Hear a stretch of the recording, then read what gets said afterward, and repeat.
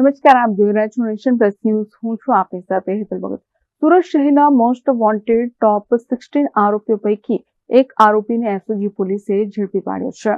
સુરત શહેરના most wanted આરોપી ટોપ 16 પૈકી એક આરોપીને એસઓજી પોલીસે ઝડપી પાડ્યો છે, જેમાં ઉમરા પોલીસ મથકમાં નોંધાયેલ ઘાતકી હત્યા સાથે લૂંટના ગંભીર ગુનામાં આરોપી 19 વર્ષથી ફરાર હતો.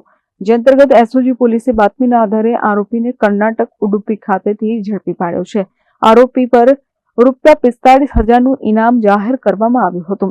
જે અંતર્ગત પોલીસે વેપારીનો વેશ ધારણ કરી આરોપી નરેશ કેસરીમલજી રાવલને ઝડપી પાડ્યો છે. આરોપી પોતાનું નામ બદલી ઉડુપી દરિયા કિનારે મજૂરી કામ કરતો હતો.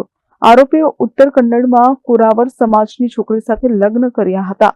પોતાનું નામ બદલી નિર્મલ કેસરીમલજી કુરાવર રાખ્યું હતું. ત્યારે પોલીસે આરોપીની ધરપકડ કરી કાયદેસરની કાર્યવાહી હાથ ધરી છે.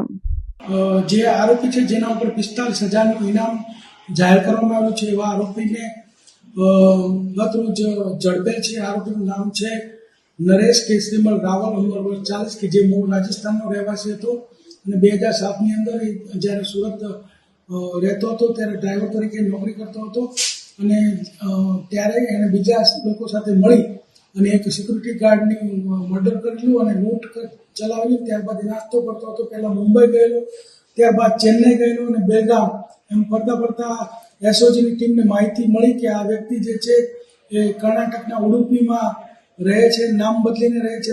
ત્યાં નામ નિર્મળ કેસરીમલ કોરાવર તરીકે રહેતો હતો.